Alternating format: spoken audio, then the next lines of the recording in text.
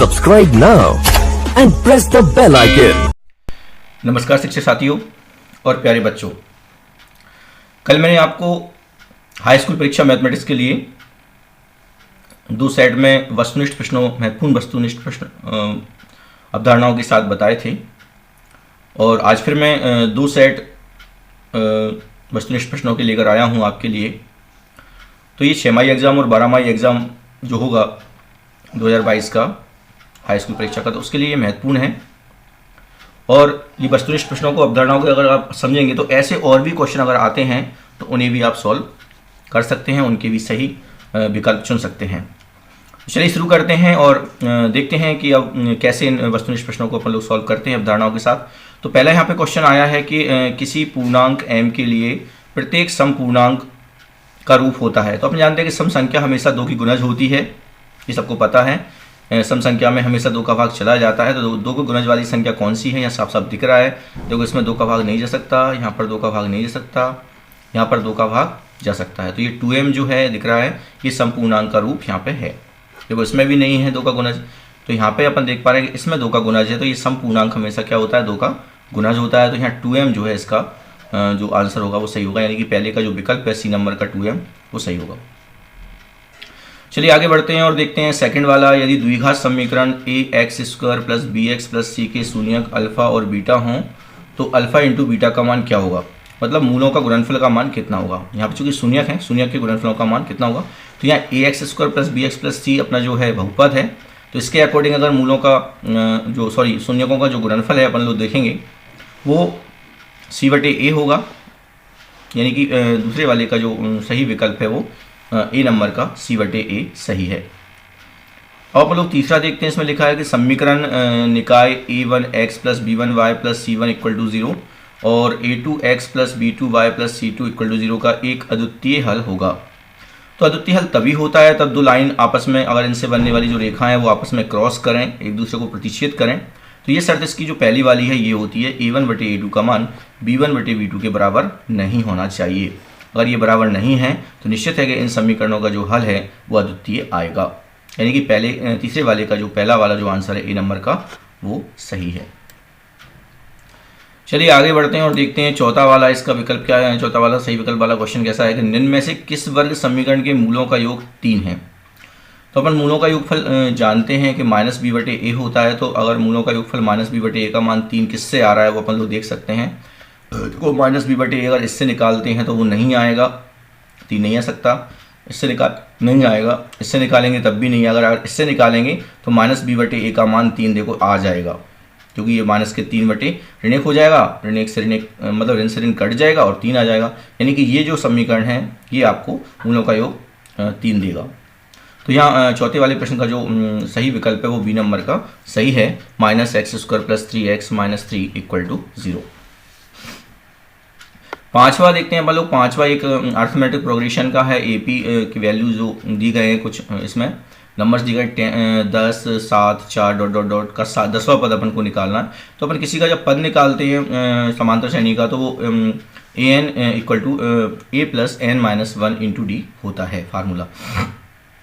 यहाँ पे जो n है वो कौन सा पद निकालना है वो होता है, और a का मान प्रथम पद होता है, और जो d होता है वो इनका पदों का अंतर होता है, यानी पदांतर होता है या कह सकते हैं सार्वांतर होता है। तो यहाँ पे 7 में से 10 जाएंगे तो ऋण के 3 बचेंगे, तो पदांतर यहाँ पर या सार्वांतर यहाँ पर ऋण के 3 आएगा। तो यहाँ रखते हैं पंचलो मान, यहाँ पर 10वां पद निकालेंगे तो10 = a + 9d बन जाएगा। a का मान 10 है, यहाँ पर d का मान -3 है, तो ये 9 × 3 = 27 हो जाएंगे, ऋण के 27 हो जाएंगे, और ऋण के 27 में जब ये 10 घट जाएंगे तो ऋण के 17 बचेंगे यहाँ पर। तो इसका डी नंबर का जो ऑप्शन है 5वीं का, वो डी नंबर का ऑप्शन -17 वो सही है। चलिए आगे बढ़ते हैं और ये छठवा देखते हैं कि यदि दो ठोस समान आधार त्रिज्या r के अर्धगोले आपस में आधार से आधार सटाकर जोड़ दिए जाते हैं तो इस प्रकार प्राप्त नए ठोस का वक्र पृष्ठीय क्षेत्रफल होगा। देखो यदि अपन लोग समान आधार के अगर अर्धगोले आपस में मिलाएंगे तो वो एक तरह से पूरा गोला बन जाएगा, और जब आधा गोला जैसे नींबू को अगर काटा जाए और फिर से वो जहाँ काटा गया उसको फिर से चिपका दिया जाए तो निश्चित है कि आपको फिर से एक गोला बन जाएगा। और गोले का वक्र पृष्ठीय क्षेत्रफल अपन लोग जानते ही हैं 4πr² होता है। तो ये छठे वाले का ये पहले नंबर का 4πr² सही होगा विकल्प। चलिए अब अपन देखते हैं खाली स्थान आ जाते हैं। तो खाली स्थानों में अपन लोग देखते हैं खाली स्थान बहुपयोगी प्रश्नों में देखते हैं। अब यहाँ रिक्त स्थान में क्या यहाँ भरेंगे, देखो कुछ परिभाषाएं रहती हैं यहाँ पर। तो ये पहला वाला जो देख सकते हैं, संख्याओं में प्रत्येक उभयनिष्ठ अभाज्य गुणनखंडों की सबसे छोटी घात का गुणनफल खाली स्थान कहलाता है। तो यहाँ लिखा है प्रत्येक उभयनिष्ठ। जब भी अपन संख्याओं में उभयनिष्ठ अभाज्य गुणनखंड देखते हैं तो वो होता है अपना मासा यानी महत्तम समवर्तक, जिसे अपन इंग्लिश में HCF भी शॉर्टकट में कहते हैं। तो उभयनिष्ठ अभाज्य गुणनखंड किस में निकालते हैं अपन लोग, मासा में निकालते हैं, महत्तम समवर्तक में निकालते हैं। तो यहाँ पे क्या आएगा, यहाँ पे आएगा HCF जो शॉर्ट फॉर्म है महत्तम समवर्तक की, हाईएस्ट कॉमन फैक्टर यानी HCF यहाँ पे भरा जाएगा। ये हिंदी में लिख सकते हैं महत्तम समवर्तक। चलिए सेकंड वाला देखते हैं खाली स्थान। घात 3 के बहुपद फिर खाली स्थान है बहुपद कहलाते हैं। तो घात 3 के अपन जानते हैं, घात 3 के जब बहुपद है तो वो त्रिघाती कहलाएंगे।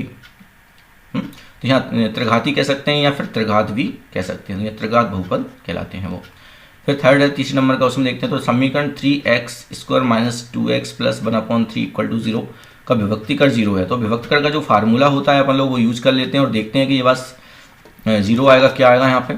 तो यहाँ पे अपन विभक्तिकर निकालते हैं तो निश्चित है ये a का मान है, ये b का मान है और ये c का मान है। तो यहाँ पे अपन b का मान -b का वर्ग लिख दिया -4ac। इसका जो विभक्तिकर का फार्मूला होता है वो d = b² - 4ac होता है। तो सबके मान यहाँ रख देंगे अपन लोग। रखने के बाद ये अपन इसी से रख देंगे समीकरण से। तो ये इसका मान इन 2 का वर्ग 4 हो जाएगा। ये 3 से 3 यहाँ कट जाएंगे और ये भी 4 हो जाएगा। तो 4 में से 4 जाएगा 0। सही बात है कि इसका विभक्तिकर का मान 0 आएगा, यहाँ खाली स्थान में 0 भरा होगा। सभी संभव प्रायिकताओं का योग सदैव 1 होता है। हाँ सही बात है, प्रायिकताओं का जितनी सभी प्रायिकताएं होती हैं उनका योग 1 होता है, 1 से अधिक नहीं होता है। तो यहाँ 1 आएगा यहाँ पर। वृत्त की परिधि के मध्य घिरे हुए क्षेत्र की माप उस वृत्त का, अपन जानते हैं वृत्त की जो परिधि होती है, चित्र भी मैंने बना रखे हैं यहाँ पर।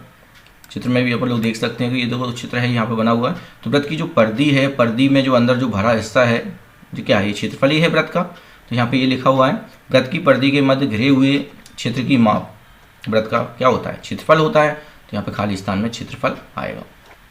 किसी वृत्त की स्पर्शरेखा, अब स्पर्शरेखा अपन लोग जानते हैं वृत्त है और इसकी ये एक लाइन खींची गई है, इसको टच करती हुई मतलब स्पर्शरेखा खींची गई है। तो स्पर्शरेखा कितने बिंदु पर टच कर रही है, इसको एक ही बिंदु पर टच करेगी यहाँ पर।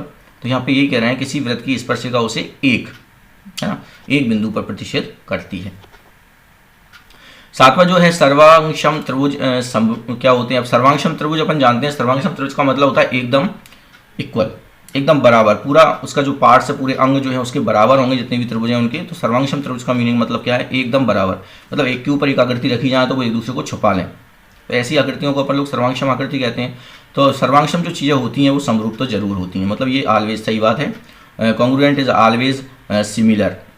तो यहाँ पर जानते हैं कि कॉन्ग्रुएंट जो चीज़ें होती हैं वो सिमिलर तो होती हैं। तो यानी सर्वांगक्षम त्रिभुज समरूप तो होंगे। तो यहाँ समरूप बराबर, लेकिन उल्टा सच नहीं है। समरूप जो होते हैं हमेशा सर्वांगक्षम नहीं होते, कभी कभी हो सकते हैं, लेकिन सर्वांगक्षम जो आकृतियाँ हैं वो हमेशा समरूप होती हैं। ये एक ट्रू है, ये सही बात है। तो यहाँ पे समरूप भरा होगा। चलिए आगे बढ़ते हैं और अपन लोग देखते हैं अब यहाँ पे सही जोड़ियाँ आती। तो सही जोड़ियाँ ये त्रिकोणमिति में से आई हैं और त्रिकोणमिति में से जो पहला वाला चैप्टर है वो इस साल रखा गया है, लेकिन सेकंड वाला चैप्टर है त्रिकोणमिति का अनुप्रयोग उसे 2022 एग्जाम के लिए हटाया गया है, हटा दिया गया है, अभी कम कर दिया गया है। तो इसमें सही जोड़ी त्रिकोणमिति में से ही आएगी, लगभग आती है। तो यहाँ पर देख सकते हैं कौशिक 90 - थीटा। तो कौशिक का अपन जानते हैं, कौशिक का जो पड़ोसी होता है वो होता है कॉट। तो कौशिक 90 - थीटा का मान क्या होगा, कौशिक का जो पड़ोसी है वो सिक होता है। तो ये यहाँ पे एक गलत यहाँ पे लिखा हुआ है कौशिक यानी कि यहाँ पे 90 - थीटा जो है उसका मान सेक होगा, पड़ोसी से मिलेगा ये। तो पड़ोसी इसका सेक होता है, यहाँ पे देख सकते हैं अपन लोग। अब यहाँ पे जो बात आती है, जैसे साइन का पड़ोसी कॉस होता है, वैसे ही कौशिक का पड़ोसी सेक होता है। यानी साइन का उल्टा अपन जानते हैं कौशिक होता है और कॉस का उल्टा सेक होता है। तो यहाँ कौशिक 90 - थीटा सेक थीटा के बराबर होता है। अब ये साइन 0 डिग्री का मान तो 0 ही होता है। तो ये साइन 0 डिग्री का मान यहाँ 0 से भी मैच कर जाएगा। फिर टेन थीटा का मान अपन जानते हैं, टेन को अगर छोटे वाले अनुपातों में बदला जाए तो साइन थीटा बटे कॉस थीटा होता है, यानी कि ये इससे मैच कर जाएगा, ये साइन थीटा बटे कॉस थीटा। फिर ये अंडर रूट में सेक स्क्वायर थीटा -1 है, तो ये एक सरसमी का है, इसका वैल्यू tan² थीटा होता है। लेकिन अंडर रूट के अंदर होने की वजह से वो tan बनेगा, यानी कि इसकी वैल्यू जो है tan से मैच करेगी, tan थीटा के बराबर हो जाएगी। फिर ये पांचवा जो है tan 60 डिग्री, तो tan 60 डिग्री का जो वैल्यू होता है वो अंडर रूट 3 होता है। और ये जो 6 लिखा हुआ है यहाँ पर, छठवा जो है वो cos 45 है, और cos 45 की वैल्यू 1/√2 होती है। तो इस तरह से अपन लोग ये त्रिकोणमिति का जो सही जोड़ी है अपन लोग वो मैच कर सकते हैं और सही कर सकते हैं। चलिए आगे बढ़ते हैं और देखते हैं आगे एक शब्द वाले और एक वाक्य वाले उत्तर आते हैं। इनके उत्तर अपन को एक शब्द में या एक वाक्य में देने होते हैं। तो चलिए देखते हैं 3 और 12 का लघुत्तम समवर्तक। लघुत्तम समवर्तक का मतलब ये होता है दोनों का एक ऐसा मल्टीपल जिसमें इन दोनों का भाग चला जाए। तो अपन जान सकते हैं 3 और 12 में जो संख्या बनेगी वो 12 बनेगी, और 12 में 3 का भाग भी जा सकता है और 12 में 12 का भाग भी जा सकता है। तो अपन देख सकते हैं कि 3 और 12 का जो लघुत्तम समवर्तक आएगा वो 12 ही आएगा। फिर यदि ax² + bx + c के शून्यक अल्फा एवं बीटा हों तो अल्फा प्लस बीटा का मान क्या होगा। तो हम जानते हैं मूलों का जो योगफल रहता है, मूलों का योगफल हमेशा -b/, यह कह सकते हैं शून्यक जो दिए गए हैं इस बहुपद के, उनका शून्यकों का जो योगफल है -b/a होगा, यानी इसका जो आंसर होगा -b/a आएगा। फिर तीसरे नंबर का सी नंबर का है घटना ई की प्रायिकता प्लस घटना ई नहीं की प्रायिकता, मतलब किसी घटना के घटने की प्रायिकता और न घटने की प्रायिकता का योगफल हमेशा 1 होता है, यानी कि इसका मान 1 आएगा। सर्वाधिक बारंबारता वाला वर्ग क्या कहलाता है। तो अपन जानते हैं कि सर्वाधिक बारंबारता वाला जो वर्ग होता है, जिसकी बारंबारता सबसे ज़्यादा होती है, उसे अपन लोग बहुलक वर्ग कहते हैं, क्योंकि बहुलक जो होती है सबसे ज़्यादा आवृत्ति वाला पद होता है, इसलिए उसे अपन लोग सबसे ज़्यादा आवृत्ति वाले जो पद होता है उसी की वर्ग को बहुलक वर्ग कहते हैं। यानी सर्वाधिक बारंबारता वाला जो वर्ग है वो बहुलक वर्ग कहलाएगा। समकोण त्रिभुज को समकोण बनाने वाली किसी भुजा की परिता घुमाने से बना ठोस क्या कहलाता है। तो यहाँ अपन लोग देख सकते हैं समकोण त्रिभुज अगर अपन लोग बनाते हैं और समकोण ये त्रिभुज यहाँ बन गया या 90 का एंगल बन गया, तो समकोण त्रिभुज को जब अपन लोग समकोण बनाने वाली जो भुजा है उसके परिता घुमाएंगे, मतलब ये खड़ी वाली जो भुजा है उसके परिता घुमाएंगे, तो ये इस तरह से राउंड में घूमेगा, ऐसे ऐसे इस तरह से घूमेगा। उस तरह से घूमने के बाद अपन देख पा रहे हैं कि आकृति बन रही है, नीचे एक वृत्त टाइप का बन जाएगा और एक तरह से एक शंकु टाइप की आकृति यहाँ पे बन रही है। तो यहाँ पे जब समकोण त्रिभुज को समकोण बनाने वाली भुजा के परिता घुमाते हैं तो बनने वाला जो ठोस होता है वो एक शंकु के डिज़ाइन का बनता है, यानी कि शंकु बनता है। चलिए तो यहाँ पे इसका जो उत्तर होगा वो शंकु होगा। छठवा देखते हैं 2 चरों x और y वाले रेखिक समीकरण का मानक रूप लिखिए। तो रेखिक समीकरण निश्चित है कि एक घात वाला होता है, तो ax + by + c एक रेखिक समीकरण का रूप होता है, और समीकरण है तो बराबर में 0 करना पड़ेगा, तो ax + by + c = 0 ये इसका रेखिक समीकरण का मानक रूप होगा, जो अपन लोग नीचे यहाँ देख सकते हैं, ये लिखा हुआ ax + by + c = 0। फिर ये 2 बिंदु हैं और इनके मध्य का बिंदु निकालना है। तो जब किसी 2 बिंदुओं के मध्य बिंदु का निर्देशांक निकालते हैं तो सिंपल सी बात रहती है कि x वाले निर्देशांकों को जोड़कर 2 का भाग देते हैं, तो x का मान बन जाता है, उसमें x निर्देशांक बन जाता है, और y के मानों को जोड़कर 2 का भाग देते हैं तो y निर्देशांक बन जाता है, यानी कि x1 + x2 का x2/2 और y1 + y2/2 यानी कि ये बन जाएगा। तो इस तरह से मध्य बिंदु अपन लोग बना लेते हैं। x1 + x2/2 पहला वाला निर्देशांक बन गया और y1 + y2/2 ये दूसरा निर्देशांक बन गया। इस तरह से मध्य बिंदु के निर्देशांक अपन लोग पता कर लेते हैं। तो आगे बढ़ते हैं और देखते हैं यहाँ पे अब सत्य असत्य वाली बात आती है, मतलब जो कथन सही है और गणित के हिसाब से और जो गलत है उस हिसाब से अपन लोग सत्य असत्य लगाते हैं। तो यहाँ पे पहला आता है संचयी बारंबारता सारणी की आवश्यकता माध्यक का परिकलन करने में होती है। सही बात है, संचयी आवृत्ति जब अपन लोग सारणी बनाते हैं तो जो माध्यक, जिसे अपन लोग आज एनसीईआरटी बुक में माध्यक कह रहे हैं और उसका दूसरा नाम माध्यिका भी होता है, तो संचयी बारंबारता सारणी की आवश्यकता हमेशा माध्यिका निकालने में होती है। सही बात है, यहाँ अपन लोग एनसीईआरटी बुक में से माध्यक नाम दिया गया है, तो माध्यक का मतलब माध्यिका ही होता है। तो ये वाला जो कथन है वो सही है, यानी कि ये सत्य है। दूसरा देखते हैं समरूप वृत्तों के क्षेत्रफल सदैव बराबर होते हैं। अब सही देखो, समरूप अगर वृत्त हैं तो निश्चित है कि वो आकृति छोटी बड़ी होगी। समरूप का मतलब क्या होता है, समरूप का मतलब ये ऐसा होता है कि उसका जो शेप है वो सेम है लेकिन साइज छोटा बड़ा हो सकता है। तो निश्चित है कि समरूप वृत्त छोटे बड़े होंगे वो, तो उनका क्षेत्रफल बराबर कैसे हो सकता है। तो ये वाली बात गलत है, यानी समरूप वृत्तों के क्षेत्रफल सदैव बराबर होते हैं, ये बात सत्य नहीं है, यानी कि असत्य है।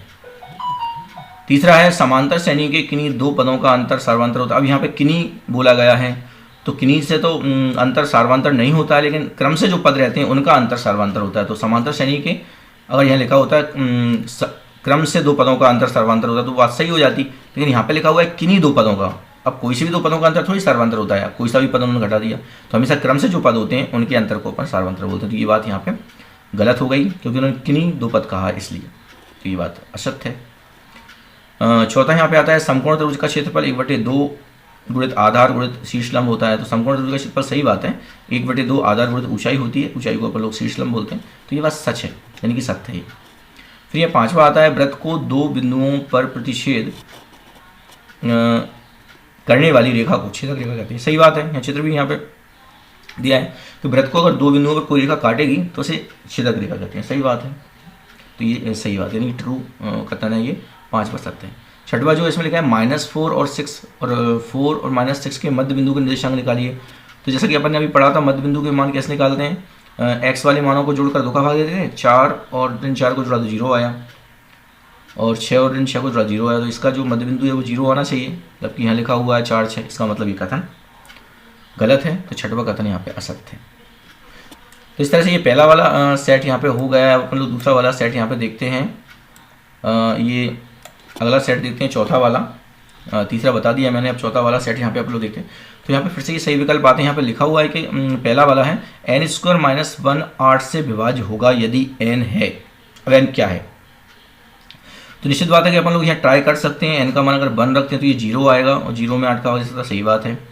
n का मान अगर 2 रखते हैं 2 दूनी 4 हो जाएगा, 4 में से एक जाएगा 3, 3 में 8 का भाग नहीं जाएगा। मतलब यहाँ कह रहे हैं कि ऐसा नंबर बनना चाहिए यहाँ पर n का मान रखने पर कि वो 8 से कट जाए। तो यहाँ पे अपन लोग विषम संख्या रखते हैं, सम संख्या रखने पर तो नहीं आ रहा, लेकिन विषम रखते हैं तो आता है क्या, तो विषम 3 रखते हैं तो ये 3 त्रिका 9 हो जाएगा, 9 में से गया 8, कट रहा है 8 से। फिर यहाँ 5 का 5 25, 25 में से एक गया 24, 24 8 से कट रहा है। तो यहाँ दिख रहा है कि विषम संख्या रखने पर बात अपनी बन रही है। तो विषम संख्या वाला कौन सा है, चलिए देखिए ये लिखा हुआ है, तो एक विषम पूर्णांक, यानी विषम पूर्णांक n का मान n एक विषम पूर्णांक होना चाहिए, तो n² - 1 में 8 का भाग जरूर जाएगा, यानी कि जो पहले वाले का जो सही विकल्प है उसी नंबर का एक विषम पूर्णांक वाला सही। फिर यहाँ पे कहते हैं कि एक वृत्त की अधिकतम कितनी स्पर्शिकाएं हो सकती हैं। तो यहाँ अपन लोग एक बात ध्यान रखनी पड़ेगी कि जब अपन लोग वृत्त बनाते हैं तो वृत्त बनता कैसे है, ये महत्वपूर्ण बात है। तो वृत्त अपन जानते हैं कि वृत्त बहुत सारे बिंदुओं से मिलकर बना होता है। वृत्त पर अगर देखा जाए बारीकी से तो बहुत सारे बिंदुओं को आपस में जोड़कर वृत्त बनता है, गोलाकृति बनती है, एक वृत्ताकार आकृति बनती है, उसमें बहुत सारे बिंदु होते हैं। तो जितने बिंदु होते हैं उतनी स्पर्शिकाएं खींच सकते हैं, यानी जब अनंत बिंदु होंगे तो स्पर्शिकाएं भी अनंत ही होंगी, अनंत यानी अपरिमित। तो यहाँ पे इस वाले प्रश्न का जो उत्तर आता है कि एक वृत्त की अधिकतम कितनी स्पर्शिकाएं हो सकती हैं, तो अपरिमित रूप से अनेक, ये वाला ऑप्शन इसका डी नंबर का सही है। क्योंकि जब अनंत बिंदुओं से वृत्त बनता है तो अनंत बिंदुओं पर अनंत स्पर्शिकाएं खींच सकते हैं, तो इसका मतलब अपरिमित रूप से अनेक इतनी स्पर्शिकाएं अपन लोग उसमें खींच सकते हैं। चलिए मैं अब तीसरा देखते हैं, इसमें लिखा है कि एपी में यानी कि अर्थमेटिक प्रोग्रेशन में समांतर श्रेणी में डी का मान -4 है और एन का मान 7 है और ए एन का मान 4 है। तो अपन को ए का मान निकालना है, ए माने प्रथम पद निकालना है। तो पदों वाला जो फार्मूला होता है A N = a + n - 1 × d, तो ए एन का मान जो है वो रख देंगे 4 यहाँ पर, ए का मान निकालना है अपन को, एन का मान 7 है वो रख देंगे, डी का मान -4 है वो रख देंगे, रख दिया। तो यहाँ सॉल्व किया अपन ने तो 7 6 हो जाएंगे, 6 चौके 24 माइनस के हो जाएंगे, ऐड होंगे तो 28 हो जाएंगे, तो ए का मान 28 आ गया। तो यहाँ तीसरे नंबर का जो है उसका जो विकल्प है डी नंबर का वो 28 सही है। तो इस तरह से अपन लोग ये मान यहाँ निकाल लिया, डी नंबर का ऑप्शन सही है। चलिए आगे बढ़ते हैं और देखते हैं अपन लोग चौथा नंबर का जो सही विकल्प है उसमें क्या है। यदि द्विघात समीकरण ax² + bx + c = 0 की विभक्तिकर का मान 0 हो तो द्विघात समीकरण क्या होते हैं। क्या होता है कि विभक्तिकर का मान अगर वैसे अपन जानते हैं विभक्तिकर का मान अगर 0 से कम रहता है तो मूल उसके अधिकल्पित होते हैं, मतलब वास्तविक नहीं होते हैं, और 0 रहता है तो मूल बराबर रहते हैं। ये कंडीशन यहाँ पे, तो मूल बराबर कहाँ है देखते हैं, तो ये बी नंबर का ऑप्शन है, 2 बराबर वास्तविक मूल।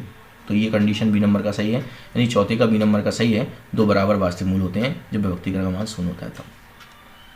चलिए पांचवा देखते हैं। पांचवी में दो रेखीय समीकरण दे रखे हैं यहाँ पर, और अपन देख सकते हैं 2 रेखाएं दी गई हैं और पूछ रहे हैं कि इनमें से कौन सी कंडीशन सही है। तो इसके लिए अपन लोग क्या करते हैं, जब 2 समीकरण दिए जाते हैं, रेखीय समीकरण रेखीय गुण दिए जाते हैं, तो उनका अपन लोग ये a1/a2 का मान निकाल लेते हैं, तो 1/3 आ जाएगा। b1/b2 का मान निकालेंगे तो -2/4 आ जाएगा। c1/c2 का मान निकालेंगे तो यहाँ पे 0 आ जाएगा। तो अपन देख पा रहे हैं कि ये वैल्यू जो है सेम a1/a2 का मान b1/b2 के बराबर नहीं आ रहा है, यानी a1/a2 is not equal to b1/b2, बराबर नहीं है। तो ये अद्वितीय हल वाली कंडीशन आती है और अद्वितीय हल में रेखाएं प्रतिच्छेद करती हैं। तो ये 5 का पहला वाला सही है, प्रतिशत करती हैं तो रेखा ये प्रतिशत करेंगी, ये वाला ऑप्शन ए नंबर का सही है। अब यहाँ पे एक छठवां प्रश्न आता है कि -2 और 5 शून्य वाले पदों की संख्या।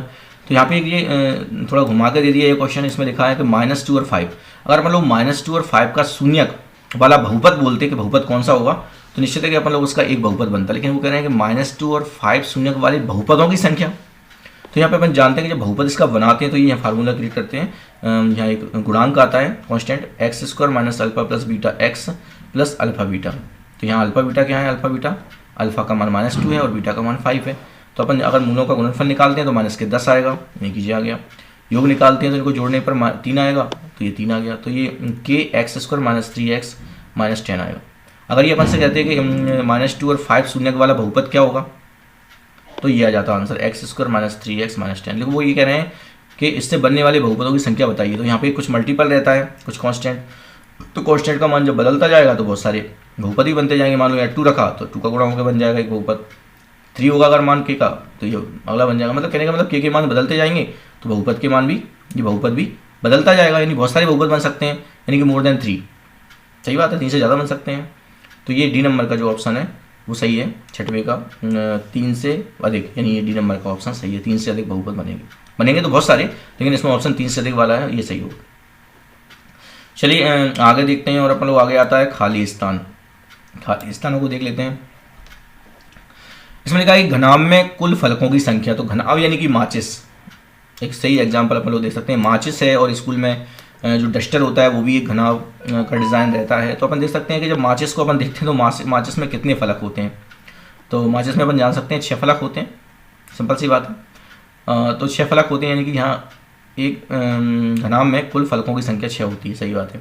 तो यहाँ अपन चित्र भी देख सकते हैं, चित्र भी बना हुआ है इस तरह से। इसमें अपन देख सकते हैं 2 ये फलक हो जाएंगे आमने सामने के, 2 ये हो जाएंगे आमने सामने के, और 2 आमने सामने की हो जाएंगे, यानी कि 6 हो जाएंगे। तो 6 फलक घनाभ में होते हैं। दूसरा प्रश्न आता है कि r त्रिज्या वाले वृत्त के क्षेत्रफल का सूत्र क्या है। तो πr², πr² ही होता है क्षेत्रफल। तो ये सिंपल सी बात है कि वृत्त के क्षेत्रफल का सूत्र πr² होता है। तीसरा है किसी प्रयोग के सभी प्रारंभिक घटनाओं की प्रायिकता का योग होता है। सही बात है, प्रायिकताओं का जो कुल जितनी भी घटनाएं होती हैं उन सबका अगर योग करते हैं तो टोटल 1 आता है। तो यहाँ पे 1 आएगा इस जगह खाली स्थान में। तो ये अब सभी वृत्त समरूप होते हैं, तो ये तो सही बात है। समरूप का मतलब ये होता है कि उनका जो शेप है वो सेम होना चाहिए, साइज छोटा बड़ा हो सकता है, तो शेप सेम होना मतलब सभी वृत्त गोल ही रहेंगे, तो इसका मतलब वो समरूप होंगे, सभी वृत्त समरूप होते हैं। 5वीं बात, संख्याओं में संबंध प्रत्येक आवाज गुणनखंड की सबसे बड़ी घात का। तो यहाँ पे कह रहे हैं कि प्रत्येक आवाज गुणनखंड, यहाँ पे उभयनिष्ठ वाली बात नहीं आई, यहाँ पे आई है प्रत्येक आवाज गुणनखंड की सबसे बड़ी घात। तो एक तरह से ये परिभाषा है लघुत्तम की, LCM जिसे अपन इंग्लिश में कहते हैं, लीस्ट कॉमन मल्टीपल। तो सभी संख्याओं में जो प्रत्येक आवाज गुणनखंड की सबसे बड़ी घात होगी उसका जो मल्टीपल होगा, उसका जो गुणनफल होगा, उसे अपन लोग LCM कहते हैं, यानी कि लघुत्तम समवर्तक। हिंदी में भी लिख सकते हैं लघुत्तम समवर्तीय, और इंग्लिश में शॉर्टकट में LCM भी लिख सकते हैं। छठवा आता है यदि px एक द्विघात बहुपद है। तो देखो जब कोई बहुपद रहता है तो अगर उससे बराबर 0 रख दिया जाए तो वो समीकरण बन जाता है। तो अगर द्विघात बहुपद है तो द्विघात समीकरण बन जाएगा, जिसे अपन लोग वर्ग समीकरण कहते हैं। तो अगर बहुपद px है तो px बराबर 0 क्या बन जाएगा, एक वर्ग समीकरण बन जाएगा। यहाँ अपन कह सकते हैं को द्विघात समीकरण भी कह सकते हैं, यानी द्विघात समीकरण भी अपन लोग लिख सकते हैं और वर्ग समीकरण भी लिख सकते हैं, दोनों बात सच हो जाएंगी। फिर यह 7वां है कि चर x के बहुपद px में x की उच्चतम घात। अब हम जानते हैं कि x की जो उच्चतम घात रहती है किसी बहुपद में वो उसकी घात होती है, बहुपद की घात होती है। तो चर x के बहुपद px में x की उच्चतम घात किसकी घात कहलाती है, बहुपद की घात कहलाती है यहाँ पे। तो यहाँ पे बहुपद भरा होगा, बहुपद की घात कहलाती है। तो इस तरह से ये खाली स्थान पर लोग भर सकते हैं। आगे बढ़ते हैं, और ये सही जोड़ी आ गई है फिर से, ये त्रिकोणमिति से बनी हुई सही जोड़ी है। तो यहाँ पर देख सकते हैं, मिलाते हैं चलिए। cos 60 डिग्री, cos 60 डिग्री का मान अपन जानते हैं 1/2 होता है। तो 1/2 यहाँ पे ये आ जाएगा इस तरह से 1/2। अब यहाँ पे 1 + tan² थीटा, ये एक सरल समीकरण होती है, इसका मान sec² थीटा होता है। तो ये sec² थीटा से मैच कर जाएगा यहाँ पर ये। फिर ये cos 90 - थीटा, cos का पड़ोसी कौन होता है, साइन होता है। तो cos 90 - थीटा साइन थीटा के बराबर होता है, ये साइन आ जाएगा यहाँ पर। अब यहाँ पे sec थीटा आता है, तो sec थीटा यानी कि 1/cos थीटा। sec का उल्टा अपन जानते हैं cos होता है, तो 1/cos से ये मैच करेगा sec थीटा। फिर ये cosec 90 - थीटा, तो cosec का पड़ोसी कौन होता है, sec होता है। Cosec 90 minus theta sec theta के बराबर होता है, सेक थीटा से मिल जाएगा ये। फिर sec theta minus tan square theta एक सर्वसमीका है जिसकी वैल्यू 1 रहती है, तो अंडर रूट में 1 रहेगा तो भी इसका 1 ही आएगा, 1 का अंडर रूट 1 होता है, तो ये 1 से मैच कर जाएगी, यहाँ पर 1 के ऊपर आएगी। तो इस तरह से अपन लोग ये सही जोड़ी बना सकते हैं और थोड़े से अभ्यास से अपना काम चल सकता है, क्योंकि ये 40% इस तरह बहुत कभी क्वेश्चन आना है, वस्तुनिष्ठ प्रश्न आना है। 40% यानी 100 का पेपर होता है तो 40 के आएंगे, और अगर 80 का पेपर होता है तो 32 नंबर के ये आएंगे। फिर यहाँ पे अपन लोग देख सकते हैं कि अब एक शब्द वाले और एक वाक्य वाले उत्तर आते हैं, तो इसमें अपन को आंसर सोचना पड़ता है, क्योंकि अपन लोग ये बहुत सारी अपन को परिश्रम करना पड़ता है इसके लिए कि सही कथन क्या है और सही कथन क्या नहीं है, वो यह जानना पड़ता है अपन को, और तभी अपन लोग उसके फार्मूले वगैरह जो भी होते हैं वो याद होने चाहिए अपन को, तभी अपन लोग ये बात सच देख पाते हैं कि एक शब्द में उत्तर कैसे लिखेंगे। मतलब काफ़ी इसके लिए अपन को थोड़ी मेहनत करनी पड़ती है मैथ में। निश्चित घटना की प्रायिकता, तो निश्चित घटना की प्रायिकता हमेशा 1 होती है, यानी निश्चित घटना की प्रायिकता 1 होती है तो इसका उत्तर 1 होगा। वर्गीकृत आंकड़ों के लिए बहुलक का सूत्र क्या होता है? तो वर्गीकृत आंकड़े जो रहते हैं, अगर अवर्गीकृत आंकड़े हैं तो निश्चित है कि सबसे बड़ी जो उसकी कह सकते हैं बारंबारता होगी वही आंसर उसका बहुलक हो जाएगा। लेकिन जब वर्गीकृत आंकड़े होंगे तो उसके बहुलक का सूत्र ये वाला यूज़ करना पड़ेगा, बहुलक z equal to L plus कोष्टक में f1 माइनस f0 बटे 2f1 minus f0 minus f2। तो ये अपन जान सकते हैं यहाँ पर कि ये जो f0 है ये बहुलक वर्ग की जो बारंबारता है वो है पहले की, और ये f1 जो है वो बहुलक वर्ग की बारंबारता है। मतलब ये जो 0 है ये पहले की है, ये बाद की है, और ये f2 और उसके बाद की है। तो यहाँ पर देख सकते हैं यहाँ पर कि बहुलक वर्ग की जो बारंबारता है वो f1 है, उसके पहले की f0 है, उसके बाद की f2 है। तो ये फार्मूला पर लोग लगाएंगे तो बहुलक निकल आता है, और h जो है उसका बहुलक वर्ग का जो है गैप रहता है, मतलब बीच का वो रहता है। अब यहाँ पे अगला जो क्वेश्चन आता है वो है दो संख्याओं ए बी के एलसीएम और एचसीएफ क्रमशः x और y हैं, तो ए बी x और y में क्या संबंध होगा? तो निश्चित बात है संख्याओं का जो एलसीएम रहता है और एचसीएफ रहता है उनका अपन लोग फार्मूला सिंपल सी बात है कि एलसीएम और एचसीएफ का जो मल्टीपल रहता है वो संख्याओं गुणनफल के बराबर होता है, यानी कि ए और बी का जो गुणा होगा वो x और y के बराबर, x गुणित y के बराबर हो जाएगा, यानी कि a गुणित b बराबर x गुणित y। ये फार्मूला कई सवालों में काम में भी आता है। जब मान लो अपन को संख्या दी गई है और एक एलसीएम दिया गया है तो अपन लोग एचसीएफ निकाल सकते हैं, या दो संख्याएं और एचसीएफ दिया गया है तो अपन लोग एलसीएम निकाल सकते हैं, वहाँ पे ये फार्मूला काम में आता है, यानी कि संख्याओं का गुणनफल उनके एलसीएम और एचसीएफ के गुणा के बराबर होता है, यानी कि a गुणित b बराबर x गुणित y, यानी कि ये जो लिखा हुआ है a गुणित b इक्वल टू x गुणित y। फिर ये चौथा आता है यहाँ पर कि यदि ax square plus b x plus c के शून्यक अल्फा और बीटा हों तो अल्फा इंटू बीटा का मान क्या होगा? तो निश्चित है कि जो शून्यकों का गुणनफल जो होता है वो होता है सी बटे ए, तो इससे अपन जानते हैं सी बटे ए आ जाएगा, यानी कि सी बटे ए इसका जो है सही है मान। x1 y1 x2 y2 को मिलाने वाली रेखा को m अनुपात n में अंतः विभाजित करने पर, तो सिचुएशन इस तरह की है कि a है और b है और p इसको अंतः विभाजित कर रहा है और m रेशियो n है। तो यहाँ पे हम जब मान निकालते हैं, इसके निर्देशांक निकालते हैं तो ऐसे बनता है m x2, मतलब m आएगा x2 आएगा प्लस n आएगा x1 आएगा और बटे इन दोनों रेशियो का प्लस आएगा m प्लस n, यानी कि देखो ये m x2 plus n x1 बटे m प्लस n, ऐसी y के लिए m by 2 plus n y1 बटे m प्लस 1। तो ये इस तरह से जब रेशियो m1 रेशियो n1 में कोई अगर कोई पद दो बिंदुओं को काटता है, उनका रेशियो इस तरह से कटता है बीच में, तो उसके निर्देशांक अपन लोग ये इस तरह से निकालते हैं m x2 plus n x1 बटे इन दोनों का योग लाइक है जैसे, और m by 2 plus n y1 बटे m प्लस n, इस तरह से। वह समीकरण निकाय क्या कहलाता है? इसका कोई हल होता है? तो सही बात है, जब समीकरण निकाय का हल होगा तो उस कंडीशन में संगत बोला जाता है, और अगर हल नहीं होता है तो असंगत बोला जाता है। तो यहाँ पे लिखा है कि वे समीकरण निकाय क्या कहलाएंगे जिनका कोई हल नहीं है, तो हल नहीं है तो क्या कहलाएंगे? असंगत कहलाएंगे, और अगर हल होता तो ये संगत कहलाती, तो इसका उत्तर होगा असंगत, क्योंकि हल नहीं है यहाँ पर। सातवां है किसी अर्धवृत्त को उसके व्यास के परता घुमाने पर बने ठोस को क्या कहते हैं? तो सिंपल सी बात है कि जब अर्धवृत्त की बात चल रही है तो एक आपने देखा होगा कि जो एक बीजना रहता है, अर्धगोलाकार बीजना रहता है, और जब हम लोग उसे घुमाते हैं और तेज रफ्तार में जो उसे घुमाते हैं तो अपन को दिखता है गोला टाइप का बन जाता है, बार बार घूमने पर वो गोला टाइप का बन जाता है। यानी देख सकते हैं अपन लोग ये व्यास के परता जब अपन लोग ये बीजना टाइप का रहता है, इसे घुमाएंगे गोल गोल तो एक वृत्त जैसी आकृति बन जाती है, एक वृत्त जो पूरा कंप्लीट बन जाता है और पूरा घूमता रहता है, तो बॉल दिखती है उसमें अपन को एक तरह से, तो वो एक गोला आकृति बन जाती है, यानी कि बॉल टाइप की बन जाती है, यानी कि वो गोला बन जाता है। तो यहाँ पे अपन कहेंगे ठोस को क्या कहेंगे? एक गोला बनता है यहाँ पर। तो इस तरह से ये इनके अपन लोगों ने एक शब्द में उत्तर दे दिए हैं और अपन लोग आगे बढ़ते हैं। अब यहाँ पे सही गलत वाले आते हैं, तो सही गलत वाले देख लेते हैं। इसमें क्या है, किसी बारंबारता बंटन में किसी वर्ग की संचयी बारंबारता उस वर्ग के पहले वाले सभी वर्गों की बारंबारताओं का योग होती है। सही बात है, संचयी बारंबारता जो होती है वो संचय हमेशा बारंबारता संचित होती जाती है, जुड़ती चली जाती है वो। इसलिए ये सही कह रहे हैं कि किसी बारंबारता बंटन में किसी वर्ग की संचयी बारंबारता उस वर्ग के पहले वाले सभी वर्गों की बारंबारता का योग होता है, क्योंकि बारंबारताएं जुड़ती चली जाती हैं, संचय होती जाती हैं और इसे अपन लोग संचयी बारंबारता कहते हैं। तो ये सत्य है कथन पहला वाला। दूसरा है सर्वांक्षम वृत्तों के क्षेत्रफल सदैव बराबर होते हैं। सही बात है, जब सर्वांक्षम है तो वो एक दूसरे के ऊपर रखने पर छुप जाएंगे, यानी सब एकदम बराबर होगा, सभी अंग उनके बराबर होंगे। सही बात है, तो सर्वांक्षम वृत्तों के क्षेत्रफल सदैव बराबर होते हैं, ये बात सही है, यानी कि ये सत्य है। तीसरा है 2, 4, 8, 16 का समांतर श्रेणी है कि नहीं, ये चेक करना है।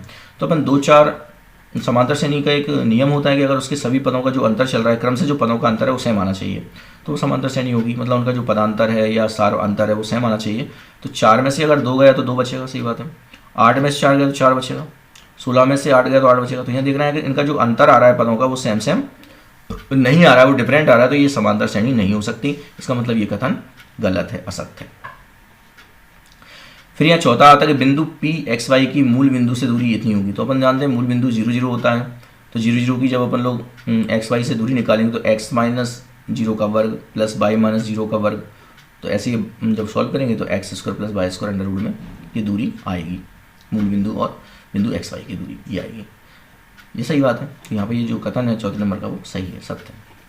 पाँचवा, यदि त्रिभुज की संगत भुजाएं अनुपातिक होती है तो वे समरूप नहीं होते। ये स्टेटमेंट गलत है, क्योंकि किसी त्रिभुज की अगर संगत भुजाएं अनुपातिक होती हैं तो वो त्रिभुज समरूप होते हैं, ये समरूपता की पहचान होती है। संगत भुजाएं अनुपातिक होती हैं तो वो समरूप होते हैं, लेकिन यहाँ लिखा हुआ है समरूप नहीं है। इसमें क्या लिखा हुआ है, संगत भुजाएं अनुपातिक हैं तो वे त्रिभुज समरूप नहीं है, तो ये गलत बात लिखी हुई है यहाँ पर, यानी कि असत्य कथन है। छठवां, किसी भाई बिंदु से वृत्त पर खींची गई रेखाएं असमान होती हैं। तो अपन ये तो बना के देख भी सकते हैं स्केल से। यहाँ पे अपन लोगों ने अगर एक वृत्त बनाया और एक बाहर बिंदु से उस पर अपन लोगों ने स्पर्शिकाएं खींची और उनको जब नापा तो बराबर ही आती हैं वो, और यहाँ पे लिखा हुआ असमान, तो इसका मतलब ये कथन गलत है कि किसी भाई बिंदु से वृत्त पर खींची गई रेखाएं असमान होती हैं, जबकि वो कैसी होती हैं, वो समान होती हैं। तो यहाँ असमान लिखा हुआ है, इसका मतलब ये जो कथन है आपका 6वें नंबर का जो है वो गलत है, असत्य है। तो इस तरह से अपन लोगों ने देखा 2 आज मैंने आपको सेट, तीसरे और चौथे सेट बताया जिनमें बहुविकल्पी प्रश्नों को अपन लोग कैसे अवधारणाओं के साथ समझ सकते हैं और उन्हें कर सकते हैं। तो शिक्षक साथी और प्यारे बच्चों, मैंने आपको ये 2 सेट यहाँ पर अवधारणाओं के साथ यहाँ समझाए, और यदि ये सेट आपको ये पसंद आते हैं तो आप अपने साथी शिक्षकों में ज़रूर शेयर करें, जिससे वो अपने स्कूल के हाई स्कूल में पढ़ने वाले छात्र छात्राओं के लिए वीडियो शेयर करें, जिससे वो आसानी से इसको समझ जाएं अवधारणाओं के साथ और एग्ज़ाम में आने वाले प्रश्नों को, वस्तुनिष्ठ प्रश्नों को ठीक से सॉल्व कर पाएँ। और अगर छात्र इसको देख रहे हैं तो वो अपने सहपाठियों को इसको शेयर करें, जिससे वो भी इस बात को समझ पाएँ। आगे भी मैं इसी तरह की वीडियो और गणित से संबंधित वीडियो बनाता रहूँगा, इसके लिए आप मेरे चैनल को सब्सक्राइब करें। धन्यवाद साथियों।